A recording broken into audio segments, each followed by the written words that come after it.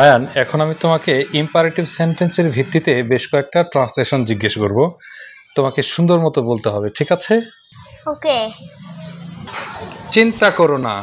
Don't worry. ওখানে যেও না। Don't go there. কান্না করো না। Don't cry. হাসবে না। Don't laugh. আমার মোবাইল স্পর্শ করবে না। Don't touch my mobile. আমার কলম নিও না। Don't take my pen. রোদে দৌড়াবে না।